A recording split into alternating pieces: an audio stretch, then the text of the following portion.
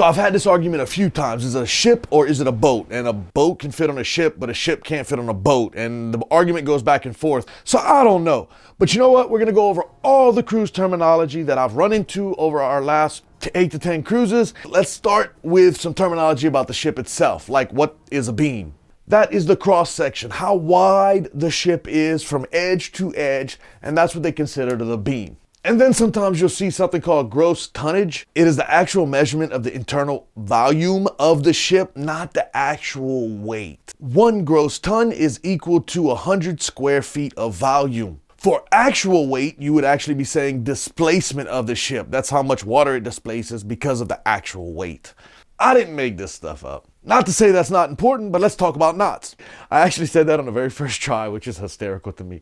A knot is how fast the cruise ship is actually moving throughout the water, and 1 knot is equal to about 1.15 miles per hour. So if you hear the ship is going 20 knots, you know it's going about 23 miles per hour. And the funnel on a ship? Well, it's not that beer drinking thing you did at college parties. No, that's the stack at the top of the ship where the exhaust fumes come out and all that. That's the funnel. You should know it because Carnival has that big crazy funnel that caught on fire last year. Now, sometimes you might have heard about mega ships. Well, that's just going to be a ship that holds more than 4,000 passengers. But moving along, the bridge is where the captain is and drives the boat. The MDR is the main dining room where we all eat. The galley is the kitchen where they cook all the meals. One I got confused a lot is that center section when you walk on and everybody does, ooh, pretty, ah, nice. That's the atrium. And before you even get to the atrium, you have to cross this little metal bridge that crosses from the dock to the ship itself. Well, that's called the gangway.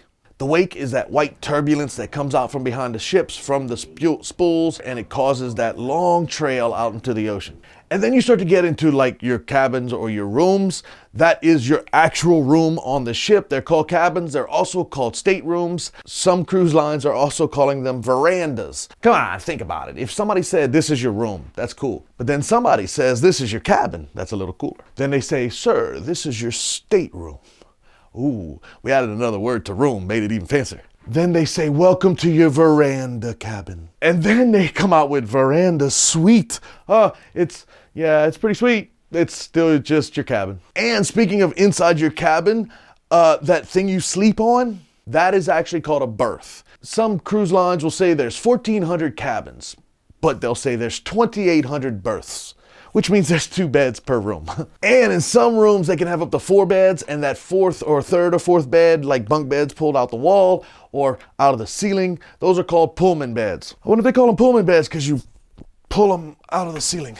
Oh, and in your room, if you have one of those little round windows or you see a round window, those are called portholes, not windows. So if you know any terms that I don't catch, make sure you throw them in the comment section below. I'd love to hear them and learn something new today. You really don't want to book a cruise not knowing what exactly you're booking. So first of all, if you hear a closed loop sailing, that is going to be a cruise that like leaves out of New Orleans, goes to different places, and comes back to New Orleans. So you start and stop at the same location. A repositioning cruise, if you see that, that is going to be a cruise that is taking a ship that maybe has been stationed in Miami and now is moving to LA for a different season. And it's going to go from Miami to LA. And then if you take that cruise, you're going to be leaving Miami, fly there, but then you have to fly home from Los Angeles. On a repositioning tour, you can get some great deals. We're going to talk about that later in an up and coming video. Then they have an open jaw sailing, which is a one-way cruise. If you didn't know, a sea day is a day you do not dock anywhere, you never see land. Those are the days you can drink the most and just absolutely relax. Next up is turnaround day, and that's more of a crew term than a customer term or a sailor's term. And stick with me because later in the video, we're going to talk about some other codes that are kind of crazy. Because that's the day they hit the port, they unload all the passengers from one cruise, and then they load up all the stuff for the next 7-day cruise as they're loading up all the new passengers. And then you have your ports of call. Say I'm sailing out of New Orleans, my home port would be New Orleans, but my ports of call might be Cozumel, Honduras, Jamaica, and Grand Cayman.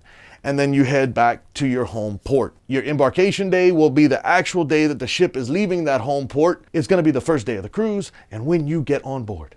And then you can think of disembarkation. That's the saddest day on earth, where they're just horrible, mean people and they kick you off the ship because you've been on for 7 days and your cruise is over. But when they say you are debarking the ship, then that will actually be the days you're going to a port of call. Now, when it comes to all of these, you need to know the time of day it is, and you can either live on ship time or you can live on the local time you're in.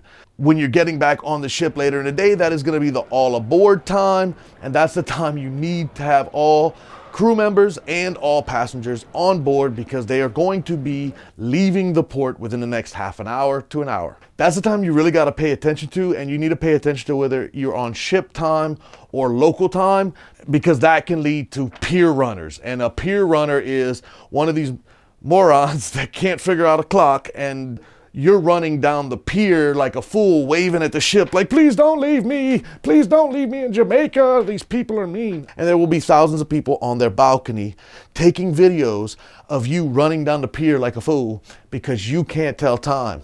And if you end up being a pier runner and you have video of it, send it to us. I'd love to see it. Because, by the way, if the ship does leave you, you're on your own. Oh, and then there's that muster thing. It's not just a condiment that you put on a hot dog. Muster is, even in the military, is a gathering. So the muster drill is the actual drill that comes around this.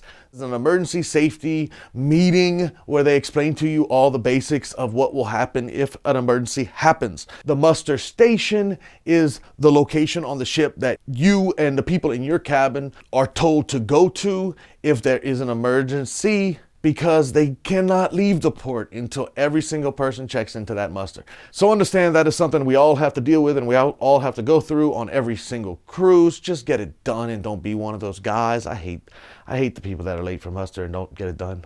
And every day you're gonna get a paper in your cabin or suite or stateroom or whatever you call it, your veranda. See, I'm using all the words we're learning. So you're going to get a piece of paper in there, the daily things to do. And sometimes on there, you're going to see something like the Friends of Bill W.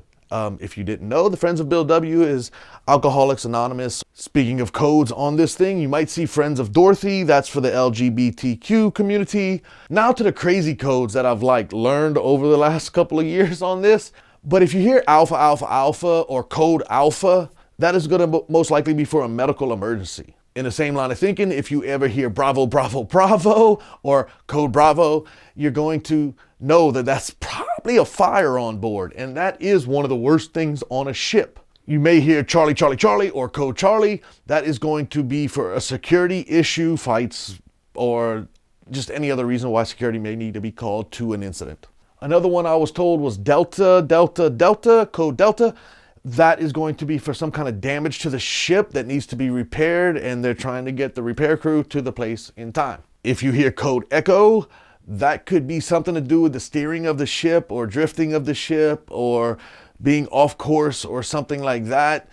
Or maybe even running aground, getting too close to land, they may call Code Echo. I don't know if I have to say this, but if you didn't know, they're doing these codes so you and I, as passengers, don't hear, we're going to run aground. They would rather have these codes, so that's why they kind of keep them secretive. And you may run into it one day.